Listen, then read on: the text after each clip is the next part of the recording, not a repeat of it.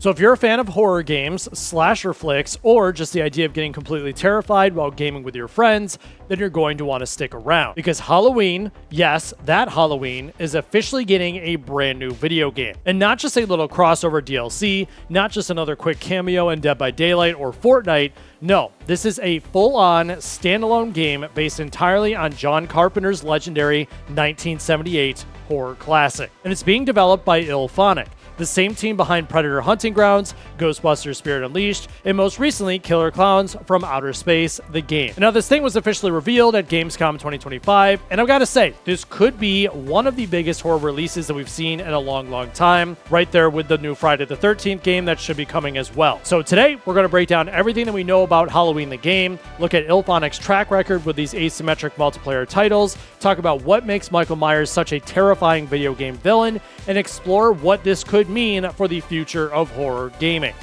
Let's dive in. Okay, so before we get into this brand new game, I think it's worth taking a little stroll down memory lane. Because as huge and as iconic as the Halloween franchise is, you might be surprised to hear that it hasn't exactly had the smoothest journey in gaming. The very first Halloween game actually came out way back in 1983.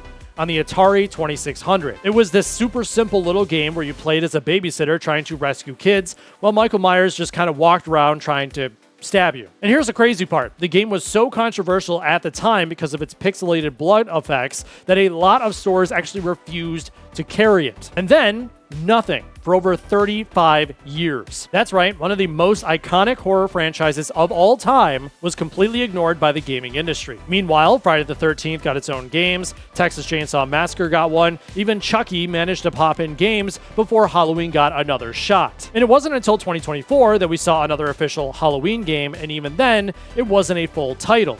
It was DLC for this game called Retro Realms. They added Retro Realms Halloween as a little expansion, and while it was fun and nostalgic, it wasn't exactly the immersive Michael Myers experience that fans have been craving for.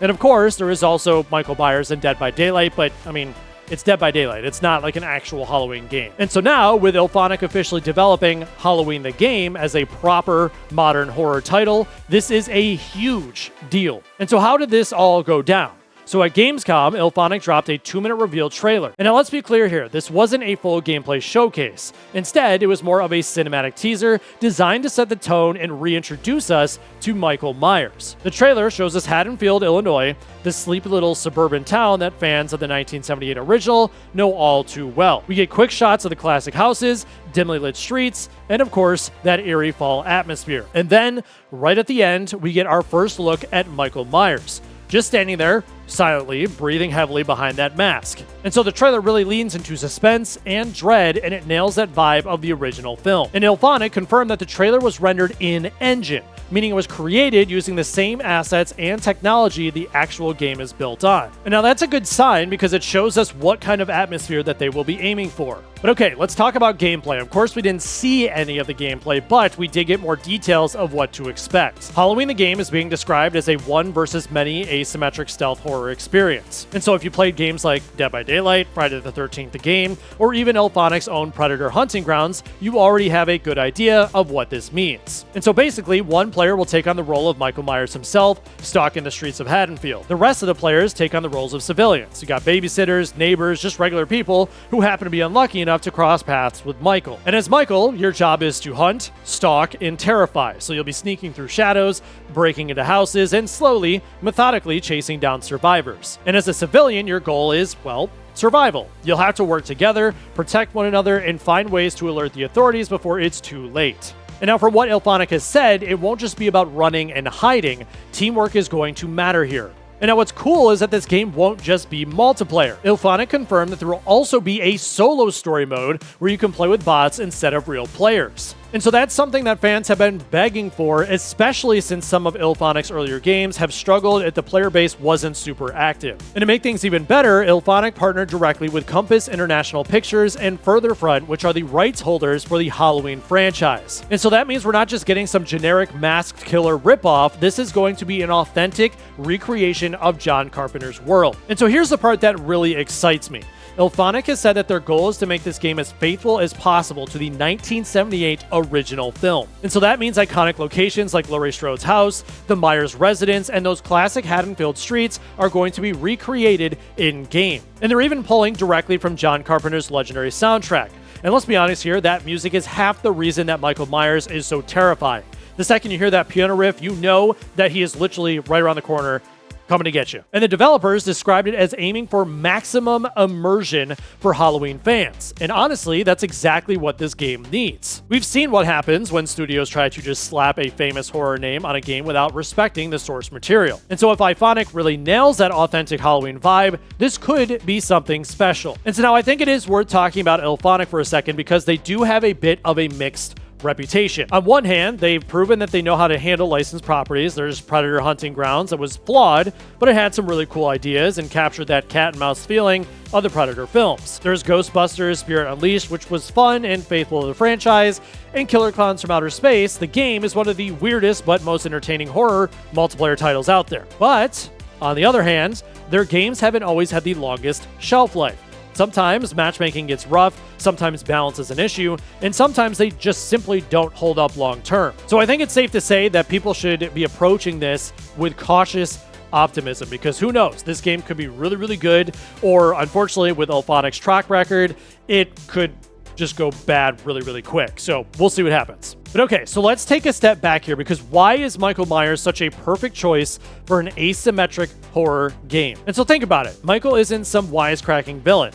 He doesn't speak, he doesn't run, he doesn't have supernatural powers, at least not in the original continuity. He's just this unstoppable silent force of evil. And that's terrifying in a game. And so imagine creeping through a house, thinking you've got a few seconds to hide, and then seeing that pale mask slowly emerge from the shadows. Imagine hearing this breathing through your headphones, or realizing the footsteps you just heard aren't the ones of your teammates, they're his. And so Michael works because he represents inevitability. No matter what you do, no matter how fast you run, he will literally just keep on coming. And so that translates perfectly into gameplay mechanics. And now let's zoom out for a second, because this game isn't just about Michael Myers, it's about the genre of asymmetric horror as a whole. And so these games live or die based on a few things.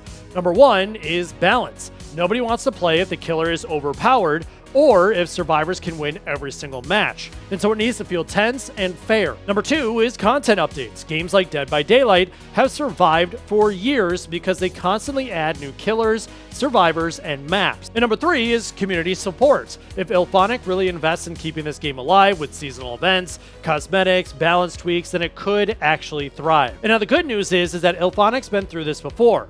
They know the pitfalls. If they apply what they've learned from Predator, Ghostbusters, and Killer Klowns, including Friday the 13th, this could be their best game yet. But now let's have some fun here, because if I could build the perfect Halloween game, here's what I want to make sure that's in there. Number one is multiple eras of Michael Myers. Give us skins from the 1978 original, the Rob Zombie reboot, the 2018 trilogy. And think about cameo survivors. Imagine playing as Laurie Strode, Dr. Loomis, or even characters like Sheriff Brackett. And what about dynamic scares, random power outages, phone lines going dead, windows breaking unexpectedly? Stuff like that keeps players on edge. And kind of similar to Dead by Daylight, you have a progression system, unlockable perks, cosmetics, maybe even customizable loadouts for survivors. And last but not least, seasonal content.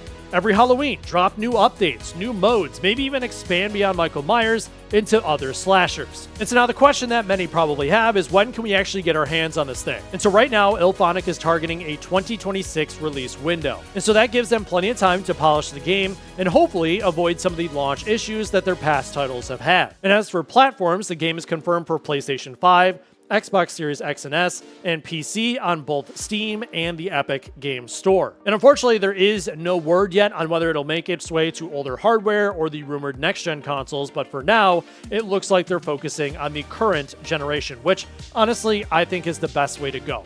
So now, overall, where do I land on all of this? And honestly, I am cautiously excited. Yes, IllFonic isn't perfect. Yes, asymmetric multiplayer games can be hit or miss, but this is Halloween. This is Michael Myers, and this is one of the most legendary horror franchises ever, finally getting the full video game treatment it deserves with multiplayer and single player. And so they pull this off, if they really capture that 1978 atmosphere, that feeling of dread, that unstoppable force of Michael Myers, then this could easily become a staple of horror game right next to that new Friday the 13th game that they've been talking about. And so for me, this is absolutely a game to keep an eye on. But now I want to know, what do you think? Are you excited for a full Halloween game?